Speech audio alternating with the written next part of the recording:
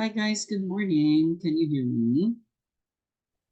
Good Morning. morning. Yep, good morning. Yeah, Good hi, morning. good morning, good morning. Sino pa ang wala? Hold on. Let me just double check.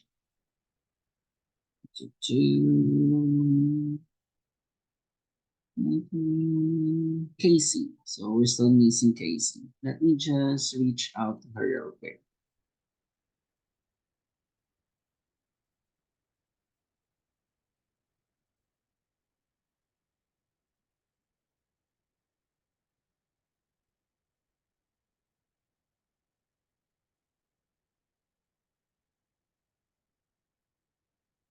Okay, there you go. So let's go ahead and continue with our discussion. So again, yesterday, like what I've told you guys, mag-start na tayo na intro with the email outreach part. So, but that doesn't mean na hindi nyo nagagamitin sa Expandy. Kasi again, sa Expandy, ginagamit natin siya to scrape our leads information. Same as well, cleaning up file. So, yung mga clean file na ginamit natin or nagawa ninyo, those are the leads na gagamitin natin para sa email outreach. Okay? So, before anything else, sa mga hindi pa nagsisend ng screenshot, so you know who you are. So, I'll expect those tasks to be submitted um, after this class. Okay? So, but let's start. I know you guys do not have any access, or at least most of you, I would say, doesn't have any access sa workspace ni client ninyo. So I'll do the discussion today. Nothing to worry. We will start with purchasing domains. Actually, let me show you my whole screen. Give me one sec.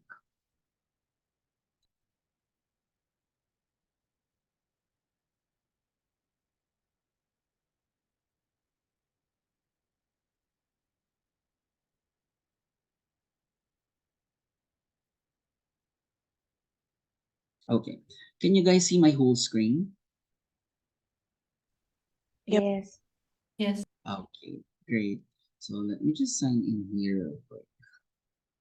So we do have your Namecheap. So Namecheap is just one of the websites where your client can purchase their domains. Okay.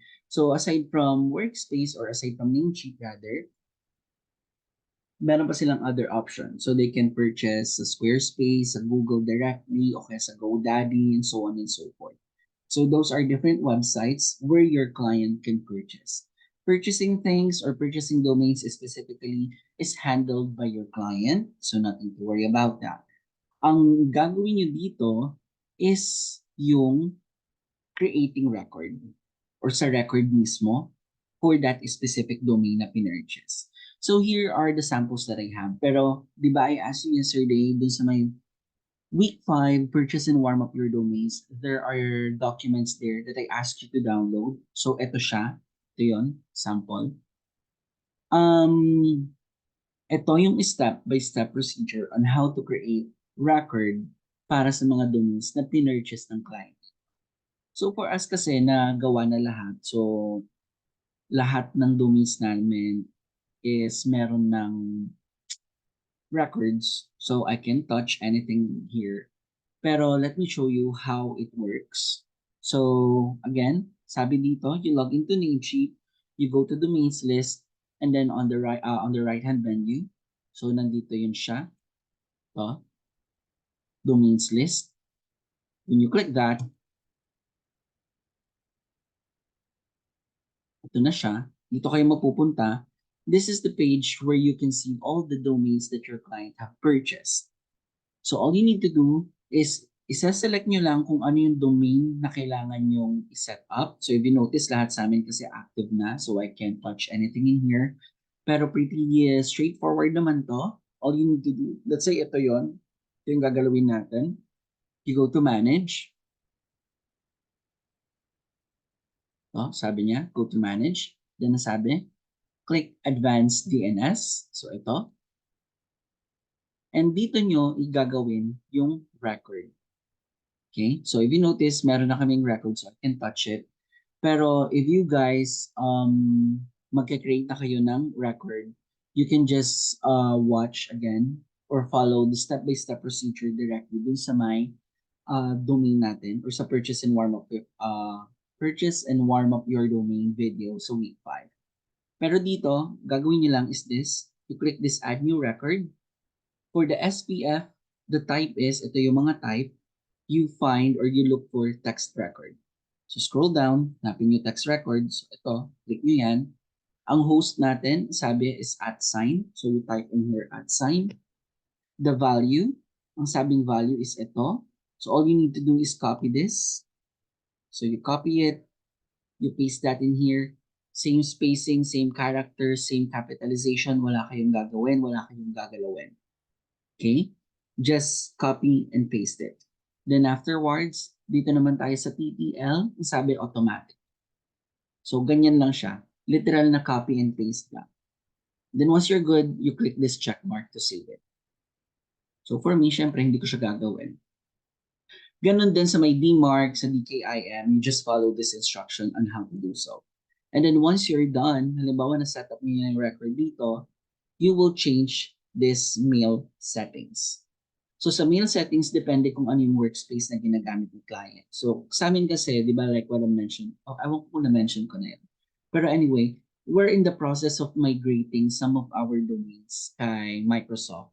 Kasi Google has or updated their security wherein on a daily basis, you can only send 5,000 emails. Meron kaming ilan ng emails na, ilan ng domains namin, nasa 600 plus. So that 5,000 will not suffice. So, kailangan namin mag-migrate ng some of our domains kay Microsoft. So that's why naka-custom MX to. Pero if you guys are working or using Google, you select Gmail of course. Okay? So ganun lang naman yung paggawa ng record. So straightforward lang siya, wala kayong gagawin anything. Okay? Para dito sa mga yan, automatic na yung mga yan. So you don't need to do. Anyway, that's how you create record. Again, you just follow this step-by-step procedure. Meron pang isang document to na kasama. You just download that. Meron din dong step-by-step procedure in words. So if you can follow the video, you can read through that document. Okay? So next, actually before we proceed with the next part, may question ba kayo in terms of creating record sa domains? None so far. Not so Okay. far. Okay, good. So, medyo I would say information overload to. Okay? Pero you'll get used to it. Anyway, going back, after niya makakreate na kayo ng record here, your next step is to add this or register this sa workspace nyo. Okay? So si workspace depende to kay client. So they can use Microsoft, they can use Squarespace, Google Workspace, or anything else. So sa amin kasi, like what I mentioned, gumagamit kami ng both Microsoft and Google Workspace. Though Microsoft is still in process, so wala pa kaming video how to use it. But sooner or later, mag-create na rin kami ng video for that, like tutorial how to use it. And it will be uploaded sa video portal din. So you can watch that once available.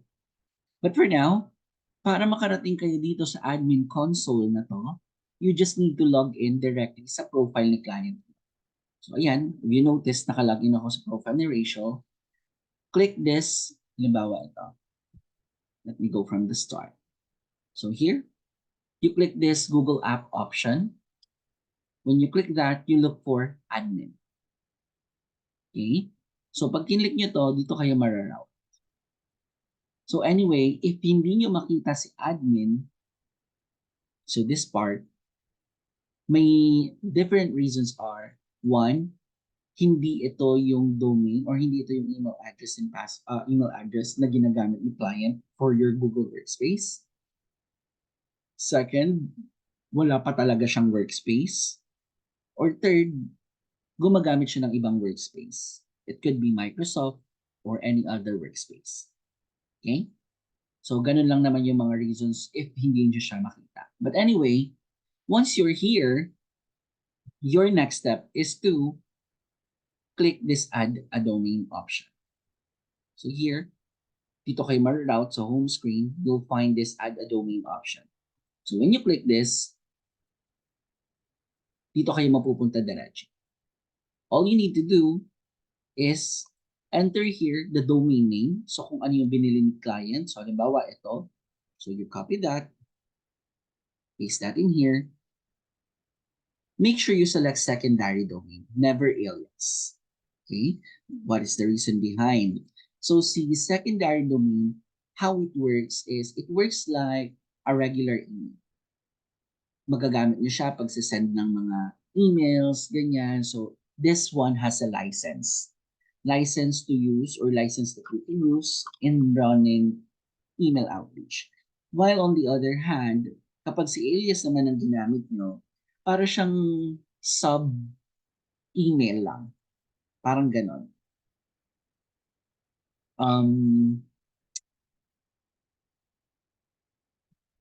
Hindi ko maisip yung tamang word eh. Wait, give me chance isipin yung word.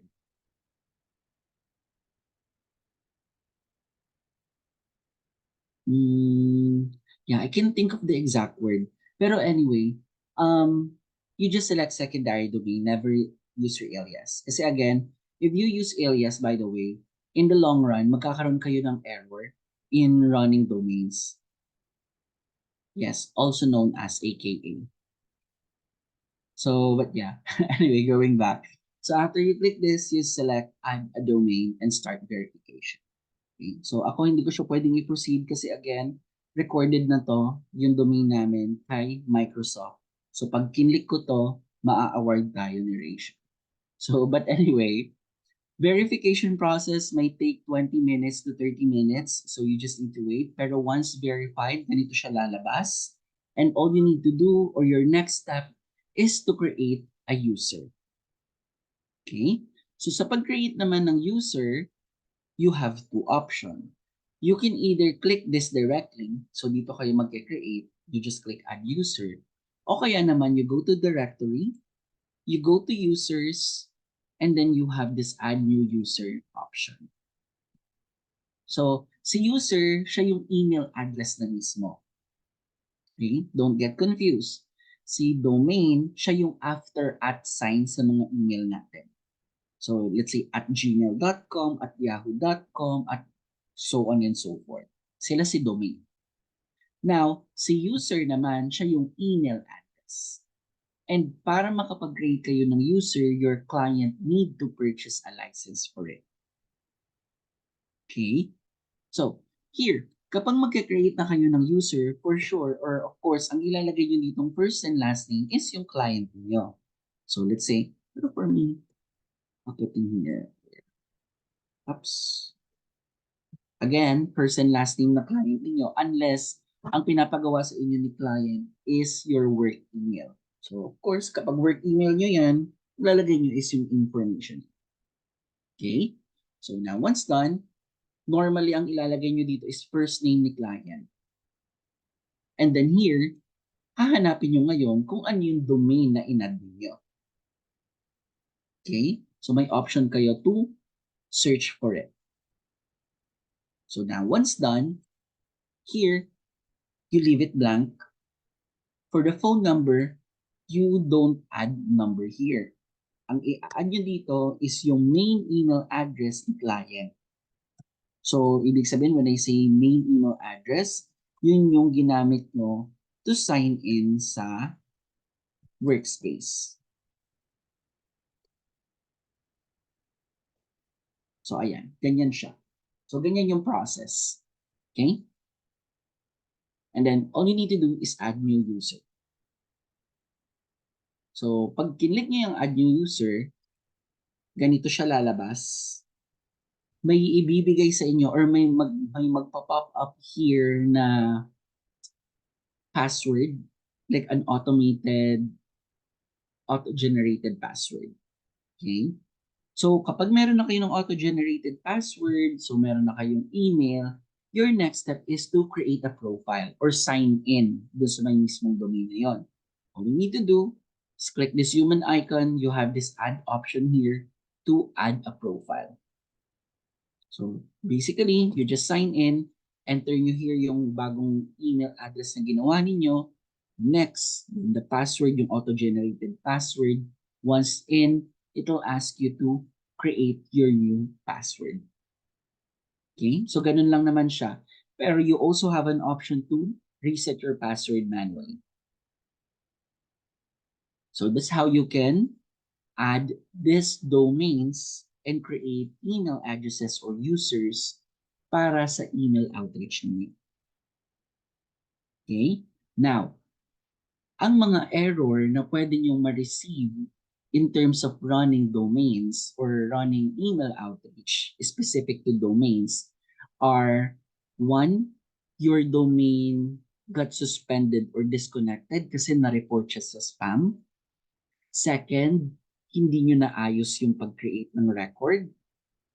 Third, system glitch. Now, ano yung mga troubleshooting steps? Kapag halimbawa yung domain nyo is simply disconnected or suspended, ganyan yung mga situation niya, all you need to do is go here sa workspace, under users, try to look for that specific domain na nasuspend. Makikita nyo dito sa status, sasabihin inactive o kaya suspended, mga ganyan. If that is the situation, you click more option, and then this option, the suspend, ang sasabihin nito unsuspend. So ganun lang siya kadali. After nyo ma-unsuspend, you go back to dun sa may tools na gamit nyo for email outreach, and you have the option to reconnect it. I'll show you how to reconnect the domain later. But anyway, excuse me. Anyway, ayun siya. Yun yung first troubleshooting. Second troubleshooting, nagsho-show siya na disconnected dun sa may, let's say, instantly or quick mail, o kaya naman suspended, mga ganyan. Pero when you go sa admin console, ang sabi active. So what you're going to do, instead of going to more option, you click your name or you click the name itself, you will be routed to this page. Meron kayong makikitang red banner here that says restore. So you just click that restore option. Once done, go back ulit kayo kay instantly or kay quick mail kung ano mang gamit ninyo, then reconnect it. That's the second troubleshooting. Third troubleshooting, halimbawa naman na-disconnect yung domain ninyo, meron kayong error, nagsabi na can't send blah blah blah, things like that. Ibig sabihin, record problem yon. So when we say record problem, kay Namecheap kayo pupunta. Ang i-fix nyo is itong record na to. One option actually that you can do is you double check this, mga record na ginawa nyo, or you delete everything and you set it up again. It might ask you, remember here, sa dito sa option na to, wait, where is that? Sa add the domain option natin, it's asking, or meron tayong verification process. So just wanna give you a heads up. Sa verification process, it will require you to enter a phone number. Sa kay Google, recently nag-update sila and you can only use one phone number sa 5 domains. So if your client will have, let's say, 10 or 15 domains, you should have at least 3 phone numbers to use. Ang mga pwede nyong option is use your client's phone number. Kung meron siyang backup phone number, use that for the second batch. Kapag wala, you ask him kung meron siyang parang family member na pwede nyong gamitin ng phone number. Kasi verification process lang naman technically, para makareceive ka ng verification code. Yun yung second option. Third is you purchase burner phone number. So you can purchase burner phone number sa Google Call ba yun or Google Text, sa Skype, or any other platform where you can purchase burner phone number. And then lastly, sa verification, kapag wala dun sa mga option na yun, you need to wait 72 hours para magamit mo ulit yung same phone number ni client. Okay? So that's the verification process.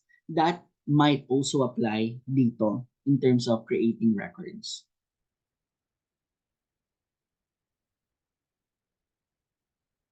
If they will ask you or if they will let you manage yung mga domains. Pero kapag hindi, no need, not necessary. So may question kasi dito si Natalie, by the way. Sabi niya, does that mean we will ask for our clients ng cheap or GoDaddy credentials? So yon ang answer. Not necessary unless yung client ninyo sinabi niya na help me set up the record of these domains for our email application. So if that's the case, you ask for those credentials. Okay? So, pero hanggat di naman niya sinasabi, don't let yourself do so much. You know, huwag yung pahirapan sarili niyo. But anyway, that's it, guys. Where am I? Ayun. So, yun lang naman yung mga troubleshootings na or errors and troubleshootings na ma-encounter ninyo in terms of domains. Okay? So, but yeah, pretty much that's it. Do we have any question in terms of setting up record, adding domain and creating users?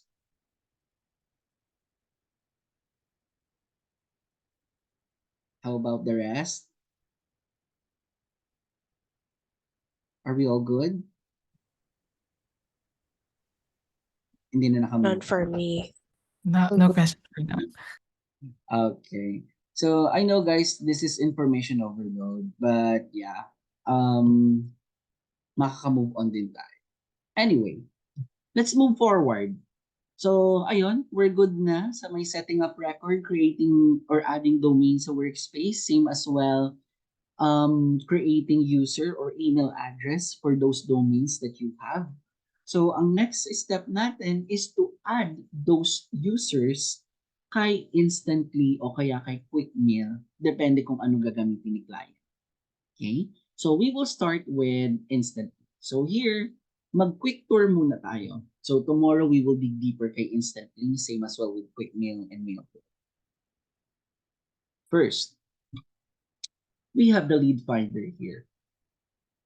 Lead Finder is a new feature of Instant Mail. So how it works like Sales Navigator. So you can search here different job titles, location, industry, blah, blah, blah, things like that.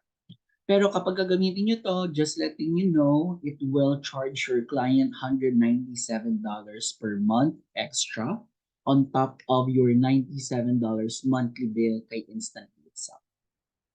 And dito kay Lead Finder, you can only generate maximum of 10,000 leads per month. Pretty expensive, then too small number in terms of lead generation. Pero of course, again, it's still up to your client kung gusto nilang i-maximize to, feel free to do so. Next, email accounts. So under email accounts, this is where you can add those users or email address na kinreate ninyo kay Workspace.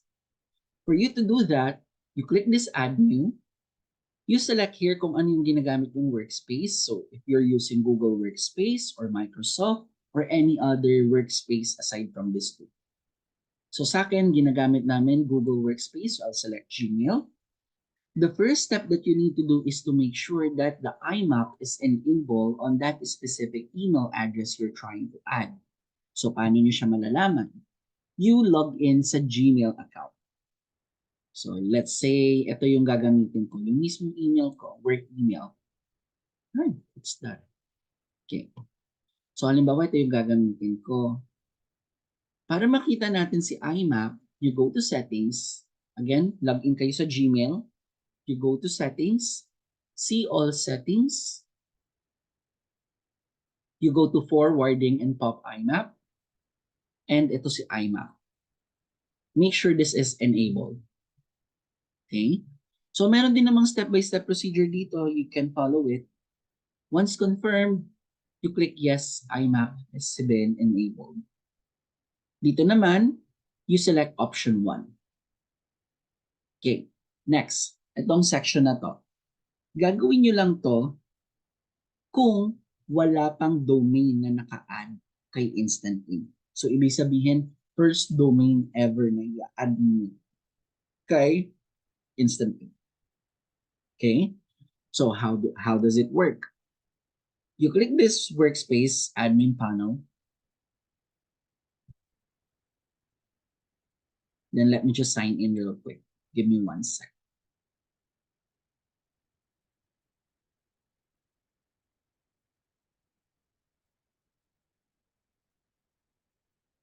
So, ito din naman yun. Same lang naman sila. Pero mas madali kasi pag... Anyway. Ayan. So, you will be routed to this page. Okay? So, ayan siya, security. Then, all you need to do is click this add app, OAuth app name, and client ID. Pero if you notice sa amin, naka-register. So, again, gagawin nyo lang tong step na to kapag first ever user or first ever email address ang i-add mo kay Instantly. Pero kapag meron na siyang isa doon, kahit ilan pa yan, you skip this part. You just proceed with login. Pero let me show you how it works. Ayan, you click this, you sign in sa workspace, you click add app, you select OAuth app name or client ID, and this is your client ID. All you need to do is copy this. You go back in here. So yan, you click add app. Oops, sorry, not that. Here, add app, OAuth app name, and then you paste that in here, and then you hit search, then just follow this instruction. So hindi ko siya pwedeng i-proceed kasi nga again, naka-register na yun sa amin. Pero straightforward lang. Actually, hold on, let me try. Ayan, so nagsushow na siya. We'll select that. To, all you need to do is select this, and then you click select, scope, ayan, you select this, all user, ito yung mismong workspace. Okay, so you select whatever workspace is that, and then you continue, and then yan, access to Google data, so you just select trusted, and then you continue. Here, trusted, and then you continue. And then yung review part. So hindi ko na siya ipo-proceed kasi baka ma-award tayo. Pero anyway, once confirmed, eto na siya. Ganito na siya magre-register. Okay? So kapag nandiyan na siya, okay na, na-register na, you go back to Instantly, and then you log in. Ayan. So kung hindi dito nag-show up yung email address ninyo, you click use another user. Again, ang address or ang email address na i-add dito is yung mga users or burner domains that we call sa admin console. Okay? So halimbawa, ito yung sa akin yung i-add ko. Continue. And then allow. And ganun lang naman siya. Once done, let's take a quick refresh.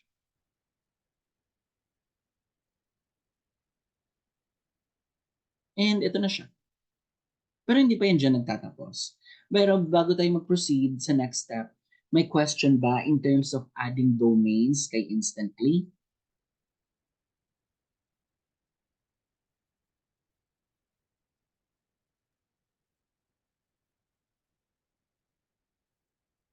Are we all good? Not sure if it's me, pero hindi ko kayo naririnig.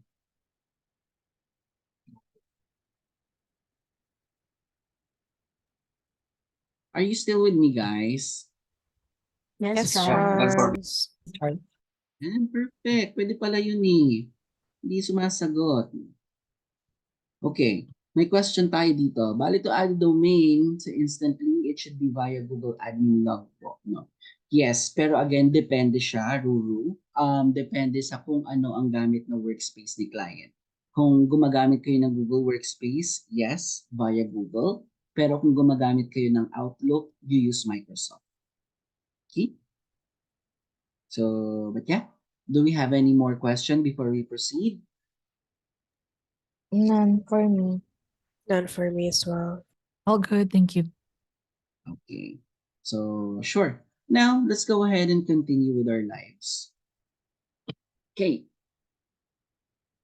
Going back here. So kapag na-add na natin si domain, hindi pa yan tapos. We still need to warm it up. And ito lang siya. All you need to do is turn on this fire icon to warm up your domain. Pero syempre sa akin hindi ko siya to turn on kasi how warming up works, instantly will send and receive fake emails using your domain. So baka mamaya in the future, you start working with Instantly, nag-add na kayo ng domain in here, you're warming up the domains, then suddenly yung client niyo magtatanong, I keep on receiving this kind of email and meron ako sa mga sent items ko or sent box ko ng mga ganito, ganyan, and then may numbering code, blah, blah, blah, things like that, pero hindi ko siya kilala. If that is the case, that only means galing siya sa warming up. So sa warm-up option ni Instantly or ni Quick Mail or ni Mailflow, depende kung ano yung gamit ninyo. And that is normal. So nothing to worry about it. Okay? So, again, you just need to turn this on and that's it. Warming up option might take 2 to 3 weeks bago nyo pwedeng gamitin ang domain for any email outreach. Okay? So, kung halimbawa, your client is planning to create email outreach or run an email outreach in the future, as early as now, kailangan na nilang bumili. Kasi again, warming up will take 2 to 3 weeks. Okay? So, let me use this as a sample. Para malaman nyo kung gaano na siya katagal nag-warm up, ito yung basis ninyo. So ito, mukhang kaka-add lang nitong domain na to. Mukhang bagong purchase or bagong renew lang. So when you click this, ito yung magiging basis ninyo kung gaano na siya katagal nagwa-warm up. Again, 2 to 3 weeks ang warming up natin. Next. Under settings, dito nyo pwedeng i-set up or i-change yung limit of emails that you can send per domain. Okay? Ang suggested maximum of 150. Pero the best practice is 100. So 100 emails per day per domain. That's the best practice. You can lower it down, depende sa trip no, 50, 75, 80 per day. That's fine. Walang problem. Okay? The rest here, you don't need to change anything in here naman. You leave them as it is. By the way, dito sa may, let's say itong 84 emails na to, this already includes warming up emails. Okay? Or warm up emails.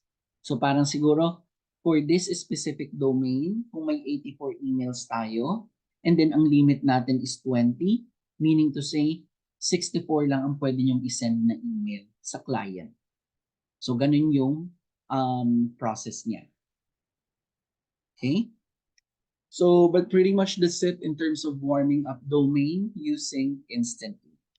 Before we proceed, may clarification ba? Is everything clear? May question, confusion, or what? Clear so far. Clear so far then. Okay. So, let's proceed then. Here is the campaigns tab. So, dito nyo makikita lahat ng ongoing campaign ninyo, same as well, where you can create your own campaign, of course. Pero let me give you a bit of an idea how our campaign works here sa SCA. So, if you notice, let me find one muna. Okay, let's say dito si Miguel. So, if you notice, kay Miguel, meron siyang 1, 2, 3, 4, apat na campaign active at the same time. And then what are those campaign?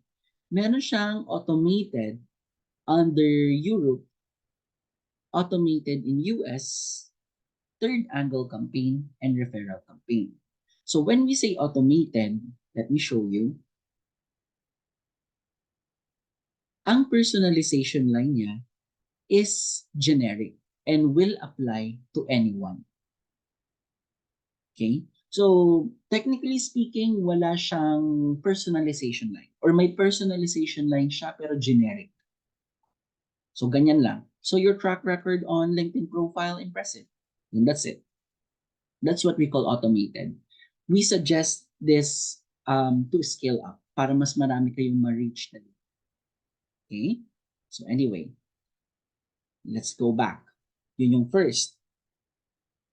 Second niyang campaign is third angle. So when we say third angle again, ito yung tenure or work experience. So meaning to say, lahat ng personalization line niya for this specific campaign is solely about about third angle or work experience. Pero if you notice, ang paggawa niya ng personalization line here is templated. Okay? Just setting your expectation. The reason why it's templated is because meron tong approval from our client, which is Rachel. Pero if your client asks you to do a hyper-personalized line, so when I say hyper-personalized, that means yun yung ginawa natin during trial, wherein I gave you like different LinkedIn profile and you need to visit each profile, you need to write personalization line for each of these profiles. So yun yung tinatawag nating hyper-personalized. In reality, if gagawa kayo ng hyper-personalized line, you can create 40 maximum of I would say 70 personalization lines per day only. Yung 70 na yon considered na tenure na kayo. Pero sa startup, maybe you can create around 30, 35, 40 PLs lang per day. The reason behind is meron kasing restriction in terms of accessing multiple LinkedIn profiles si LinkedIn. Can we lower down the warm-up email? Yes, pwede naman siya. No worry. So, pero ang best practice natin is 20 talaga. Yun is. Okay? So, meron pa ba? Okay. Wala naman yan. Anyway, going back. So, again, kapag naman templated, halimbawa ganito, katulad niyan, so sabi lang niya dito, so on your LinkedIn profile that you've been, kung anong type of coach yan, for how many years. Kapag, bali ang, let me just think the tamang term. Okay. Dun sa may spreadsheet ninyo, instead na personalization line and subject line ang i-add nyong column, ang i-add nyong column is kung anong type of coach siya or kung ano yung coaching years niya. So, ganun yung ginagawa nila. That's why it's templated. So, all they need to do is find kung anong type of coach yung tao na yun and kung ilang years na siya nag-coach. Then, ganun lang. Again, this should have an approval from your client.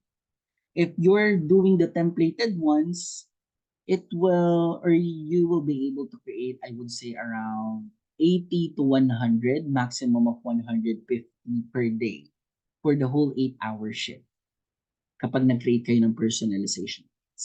So, ganun siya kadami. So, pero again, this comes with an approval from your client. So, I would say, kapag nag-start na kayo mag-run ng email outreach, guys, you communicate with your client. Give them visibility. Give them the ideal number of emails or ideal number of personalization line that you guys can create on a daily basis. Na sabihin nyo, if we will create personalization line or hyper-personalized line, per profile, it might take this amount of minutes. And then, kung meron tayong 8 hours of shift, ganito yung makakonsume natin, so on, and so on, and so on. And ito lang yung total number of emails na pwede natin i-send. However, if we're going to do like an automated, o kaya naman, we don't do personalization lines at all, o kaya naman, it's templated, this is how we can do it, and so on and so forth. Okay? Kasi again, ang pwede nyong backup, merong restriction si LinkedIn, which is actually true. May restriction si LinkedIn in terms of accessing multiple profile. And if your profile or LinkedIn profile specifically, actually, LinkedIn profile ni client nyo yun. So, pag na-restrict ang LinkedIn profile ni client, mas mahirap kasi it will take time. I would say um, a week, 3 days, 1 week, or maybe 2 weeks, depende kung gaano katagal i-unrestrict siya ni LinkedIn. So, mas malaking trouble yan. So, you can give them that information. But anyway, we will dig deeper on how to create campaigns tomorrow using Instantly. So, nothing to worry about it. Same process din naman siya dun sa may last na campaign ni Miguel in here. So, ang kaibahan lang is yung information niya or yung personalization na niya is based on referral or recommendation. So, for you guys, maybe kapag nag-start na kayo, you can run at least 2 different type of campaign. One is automated and then the other one is with personalization line. So, bahala na kayo kung imimix nyo yun or what. But pretty much that's it. Again, we'll start creating campaign tomorrow. Next is Unibox. So si Unibox naman, this is where you can see all the messages that you sent out, same so where you can reply directly to your client. However, we do not suggest responding to your client using Unibox. Never. Okay? The reason is we wanted to build credibility and good health score sa domain ninyo. So how will you reply? Since naka-login kayo dun sa mga domains na yon, you will reply directly via Gmail or via email dun sa may specific domain where they replied or where your client respond. So ganun siya. Kung halimbawa, ito yung domain na ginamit ko para sa pag-reply dun sa client, dito din ako, ito yung domain na ginamit ko to send my campaign sa client, dito siya nag-respond, ibig sabihin, dito din ako magre-reply. Never sa Unibox. Ang purpose ni Unibox is for us to tag these leads properly. So what are the taggings? They can be interested, nag-book na ng call, tapos na yung call, o kaya tapos na siya, like totally closed na, ibig sabihin dead leads. O kaya naman out of office siya, o baka mamaya wrong email address yon, o hindi siya interested, and so on and so forth. Okay? So what is the reason behind this tagging? So itong mga tagging na to is to make sure na ma-address natin sila properly. One, halimbawa kung interested sila or anything else in here actually. Imagine, nag-reply yung client ninyo. Tapos hindi nyo siya na-tag properly. What will happen is they will receive your follow-up message, automated follow-up to be specific. What if ang situation is nag-send ka ng first email? Tapos nag-reply dun yung client mo, sabi niya, I'm interested, I'll book a call. Tapos nag-book na siya ng call. Pero hindi niyo siya na-tag na meeting book. And then suddenly, marireceive nila yung follow-up mo saying, hi, just bumping this up in case it get lost in the shuffle, blah, blah, blah, things like that. Weird yun. So, parang, sasabihin ni client mo, nag-book na ako ng call, bakit naka-receive pa ako ng ganito? So yeah, that's the purpose of it. Okay? So always make sure na i-mark niyo siya properly. So paano siya mag-mark? Let me show you a sample. Ito. Halimbawa, ito yun, yung email. Ito lang siya. Dito nyo lang siya i-mark. Okay? So pretty much that's it. Analytics. Dito nyo makikita yung current score nyo. So you have an option to filter it by days, month to date, weeks, custom range.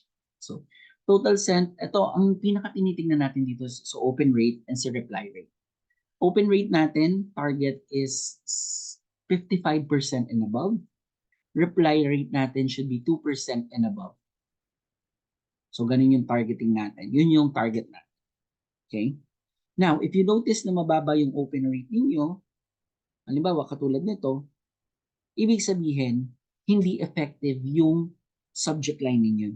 Kasi remember, kapag nakaka-receive tayo ng email, ang first thing na nakikita natin is yung subject line. So if it's not too attractive, hindi siya eye-catching, hindi bubuksan yung email. I-auto-delete. Other option is maybe yung ginamit nyo namang domain is spam. Nag-land sa spam. So we will discuss those spamming tomorrow as we go along with our training. Pero that's just a bit of an overview in terms of the score that you need to maintain. Lastly, lead management, dito nyo pwedeng i-add yung mga leads na sabi nila, yung mga DNS or DNC pala. Do not contact na leads. So when we say do not contact, sila yung mga leads na nagsabi na, ayoko na makareceive ng email from you, I'm good, I'm not interested, blah, blah, blah. So yung mga ganun. You can add them here direct. Okay? So, yes, that's right. So, bali tagging of status will exempt the client na makareceive ng automated or follow-up messages. Yes. So, that is also your sign, excuse me, when to follow up your client.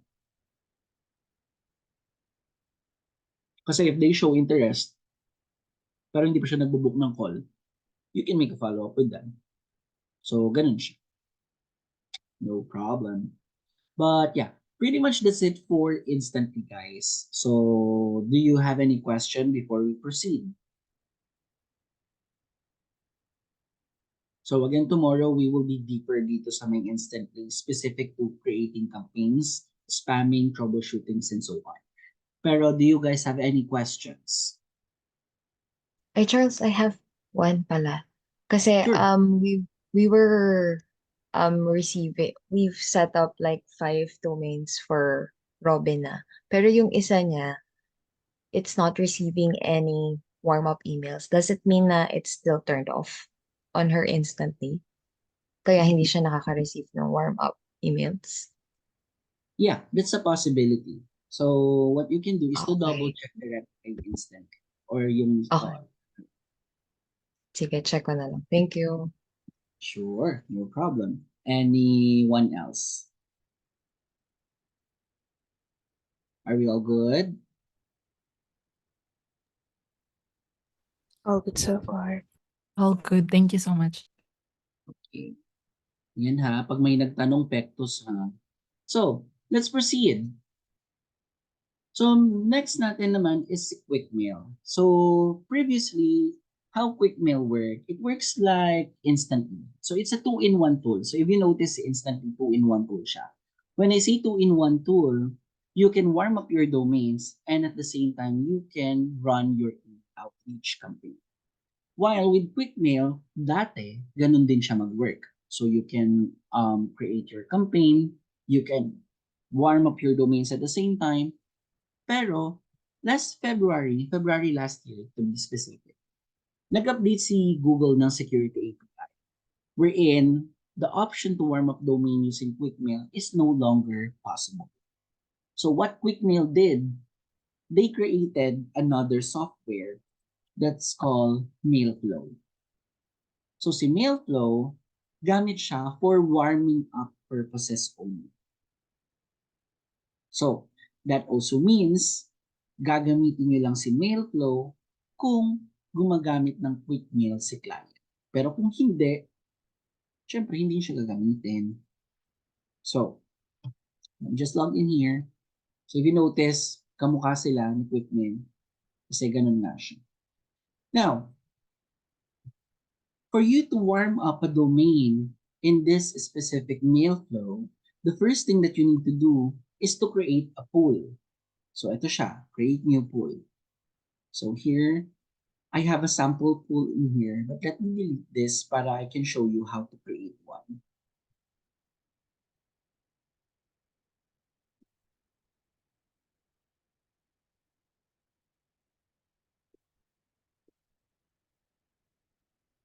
Ayan. So create new pool, then let's say I'll put in here test, then create pool, and ganun lang siya. So now, next step is to add those inbox or users para ma-warm up natin. So all you need to do is click this add inbox. I have access to the inbox. So make sure na nakalogin kayo dun sa may profile na yon or sa email address na yon. So with MailFlow or QuickMail, they call it inbox. So you click this, Google, depende kung gumagamit kayo ng Google Workspace or Microsoft, kung gumagamit kayo ng Outlook or any other workspace kung ito. So here, I'll click Google, select option 1, You put your name in here or your name ng client ninyo to be specific. So for me, syempre sa akin lalagay ko. And then the user.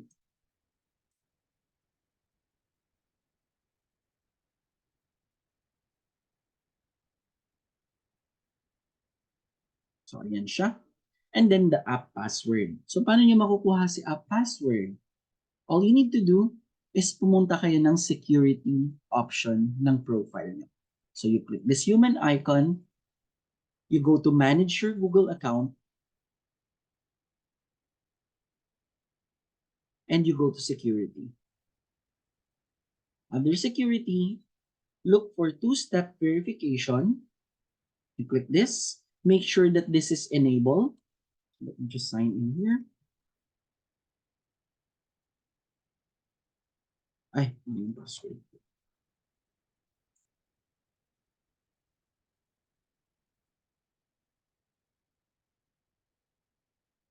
Okay. So again, make sure that naka-turn on to. Scroll all the way down and you will see the app password option here. So all you need to do is click this app password. You type in the app name, which is Mailflow, and then create. At ito na yung app password nyo. So once you get it, you go back to Mailflow, you add that, and then test sending and receive. So may question ba in terms of generating app password before we proceed? How about the rest? All good. No question po. All good. Okay. So, next natin, again, test sending and receiving. Kapag configured na siya, add inbox. So, syempre, hindi ko siya ma-add kasi nag-exist na yung email ko sa Mailflow. Pero pretty much that's it. You just click add inbox. So, kapag na-add nyo na yung inbox or yung mismong user, to be specific, let me show you a sample. Halimbawa, ito na lang. Ganito siya lalabas. And it'll say auto warmer off. So all you need to do is turn this on. And for you to do that, you click this settings, and then you go to auto warmer. You select join auto warmer, and then here, type in yung company name nyo. And then here, normally nilalagay natin coaching kasi yun naman yung business. And then you click request to join. Same process in terms of warming up, 2 to 3 weeks siya. So sa akin hindi ko siya pwedeng i-join kasi nasa process kami again ng pag-modify or pag-transfer from Google to Microsoft. So it's in the process. But anyway, ganun lang siya. I-click nyo lang ng request to join. So, ganun lang naman siya. Again, 2 to 3 weeks. Wait for 2 to 3 weeks bago nyo pwedeng i-add yung mga domains kay QuickMail or pwede nyo siyang gamitin. So again, warm up process pa lang yun. Next step natin, kapag na-warm up na yung domain, we add them kay QuickMail naman. So again, quick tour lang to. Tomorrow we will dig deeper here. Actually, kahit hindi masyado kasi if I'm not mistaken, most of your client will be using instantly naman.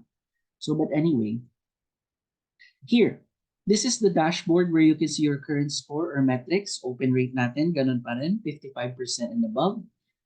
Click rate natin, wala naman tayong target dito to be specific. Pero just in case your client asks, it's 2% and above. Same with the reply rate, 2% and above. Booking rate, wala din naman yan. Unsubscribe, it should be 2% and below. Bounce rate is 8% and below. So yun yung mga targeting natin.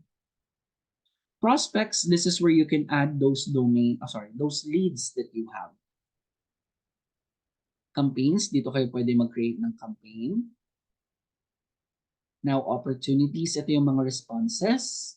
Ito yung live feed. So live feed, ito yung medyo cool feature ni QuickMail. Pero other than that, medyo complicated siya. I would say it's complicated for me, personally. But anyway, depende sa preference nyo yan. So live feed section, by the name itself, makikita nyo dito yung live interaction ng mga client ninyo dun sa campaign ninyo. Like ito, nag-unsubscribe si Alex Jennings sa campaign na to. And then ito naman si Cherlyn, inopen niya yung email niya or yung campaign niya from this specific campaign at 9:54 a.m. Pacific. So, ganun. Sent, dito nyo pwedeng i-set up yung mga out of office replies nyo or mga na-send nyo ng emails, ganyan. Settings, ayan, general settings to ni Quickmail. Dito nyo naman sa inboxes, pwedeng add yung mga domains from Mailflow. So here, kapag nag-warm up na siya, tapos na yung warming up process, you add them here sa Quickmail. So if you notice, naka-outlook na yung mga domains na. So, hindi ako makapag-add dito for now kasi whenever you add domains in here, just giving you a heads up, it'll charge your client $49 per month. So, ganun ang charging, ang billing ni Quickmail per email address na i-add nyo. So, for us, meron na kami, if I'm not mistaken, may 66 inbox. Ayan. May 66 inboxes kami. Times 49, yun yung monthly bill. That's why not all clients are using Quickmail kasi it's expensive. Pero anyway, ganun naman siya. Domains, ayan, dito nyo lang makikita mga different domains that you have. Replies, this is where you can add your out-of-office responses. Pero we don't maximize this, by the way. Drives, you can add here your Google Drive para mas madali nyong ma-access or ma-upload yung mga leads niyo. Add-ons, mga third-party application to. To billing and plan, ito yung monthly bill namin, to notice, yung Teams. Anyway, wala namang makikita dyan. Pero help, dito kayo makapag-reach out directly sa support ng Quickmail if you have any error. So again, tomorrow, excuse me, which ng lalamunin. Yeah, again, tomorrow we will dig deeper in terms of creating campaign in both Instantly and Quickmail. So today is just an overview and how to add and warm up domains using the two tools. But for now, do you guys have any questions?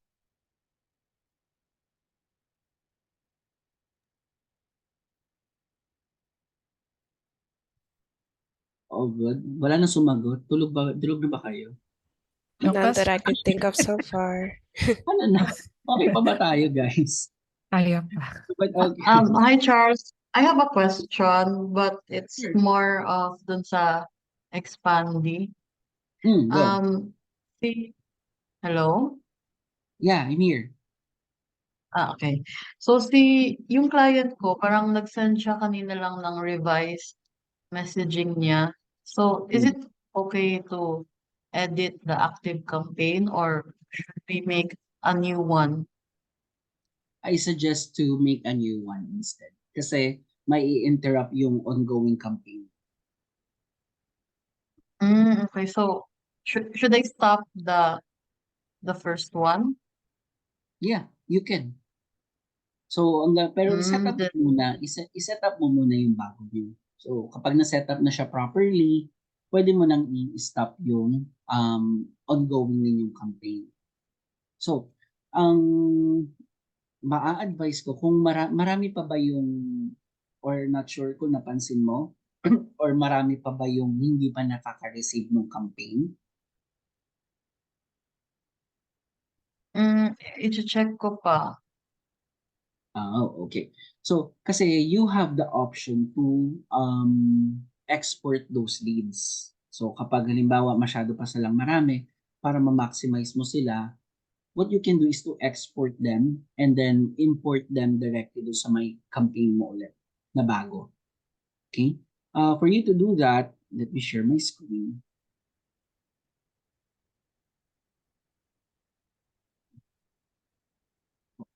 Just sign in here.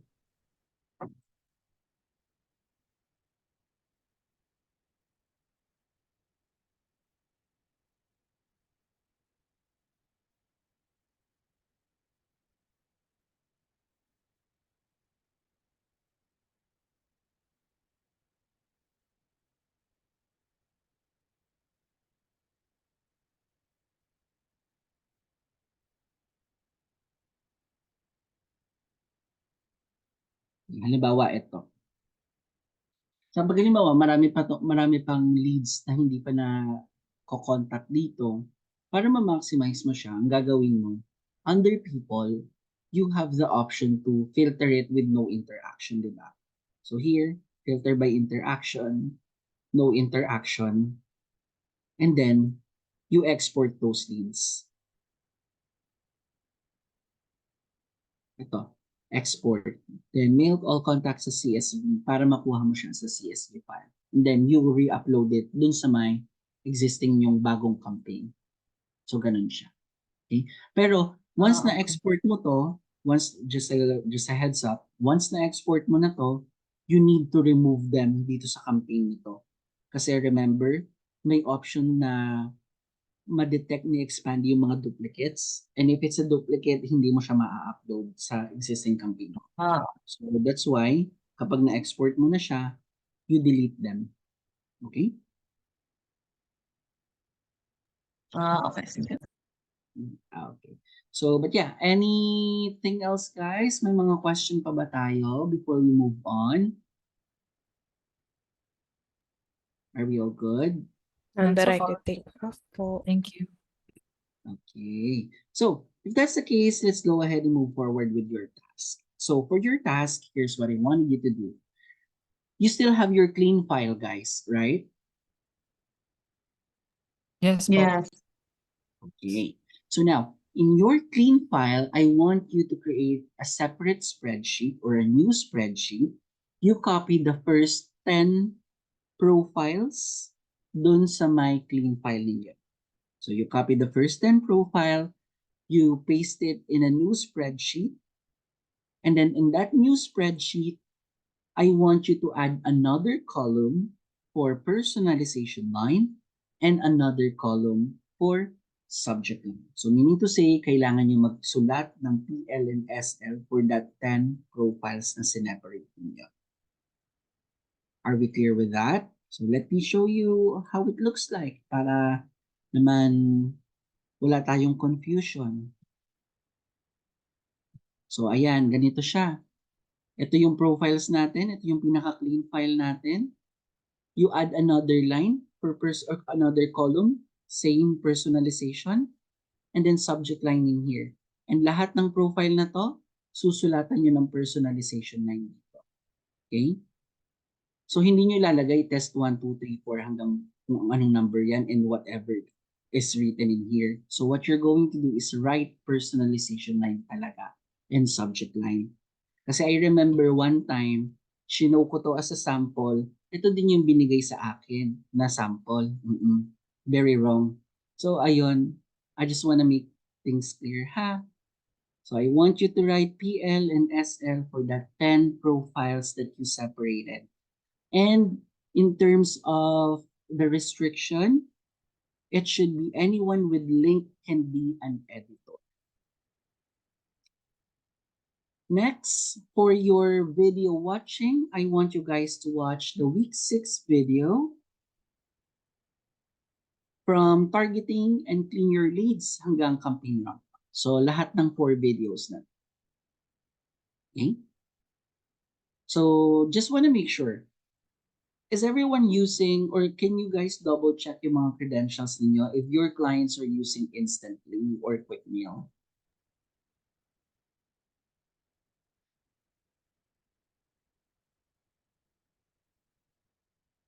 Okay, see you Nias Instantly. How about the rest? Try to sign in Yung again sa akin as may mail flow. Instantly din. Sorry, ano sa'yo, Casey? Yung sa akin may mail flow. May mail flow. Paano nakalagay siya? Parang instantly tapos open and close parenthesis, quick mail, Yeah. QM mail flow. Yeah, and then there's a link sa mail flow. Oh, I see. Hyperlink na may mail flow. Ayun lang. So that means your client is using quick mail. Pero you can double check. Try to confirm kung ano yung ginagamit na. Kasi baka mamaya they are under the impression na they are warming up domains kay Mailflow. So you can let them know na meal flow is just for warm up. The main tool is yung quick meal. And they will be charged $49 per domains kapag quick meal gagamitin. I would highly suggest if hindi pa sila nakakapag-set up or hindi pa sila nakakapag-create ng quick meal account, you can suggest yung instantly instead kasi mas user-friendly siya. As early as now, I'm giving you a heads up. Pero Okay. of course, yeah. But anyway, yeah. Looks like most of you guys are using instantly. Some Hi, Charles. I have a hindi pa. question. Sure. So, Alison, my client is using Mailflow as a warm-up for some of her domains, but the main email outreach that she will be using is Instantly. So, do I have to manually transfer those in Mailflow to Instantly, the domains that are warming up there, or is it good to go as it is? No, you need to transfer that sa Okay. instantly and you need to warm it up again. Oh, okay. Thank you so much. Sure.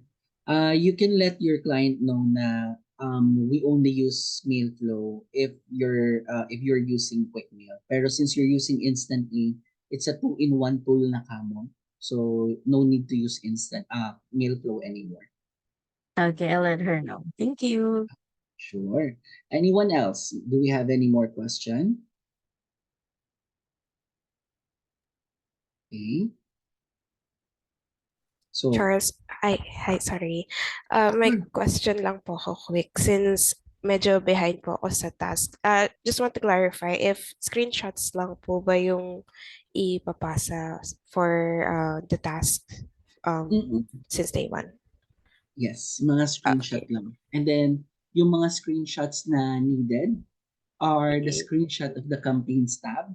And then you open each of the profiles or each of the campaigns that you created. Screenshot Mm-mm. ng people, ng step, and ng settings. Okay. Thank you. Sure. Any more question? Are we all good? Not so far. Isa po. Yeah, Kenneth, my question? Start sa akin, yung sa personalization lines, nag-choppy kasi kanina, ano yung restrictions or angles yung gagamitin? Sorry, Wala namang specific angle, so it's up to you to wala. decide. Okay, thank you. Sure. Sino pa? May question pa ba? Going once? Going twice? Final answer na? Okay. So, if that's the case, guys, thank you so much. I'll send you the recording once it's available. And for your task, I'll expect that to be submitted before 9 tayo nag-start. So, before 1 p.m. Pacific. And that's it for today. Thank you so much. Bye. Thank you po. Bye. Thank you so much. Bye. Bye.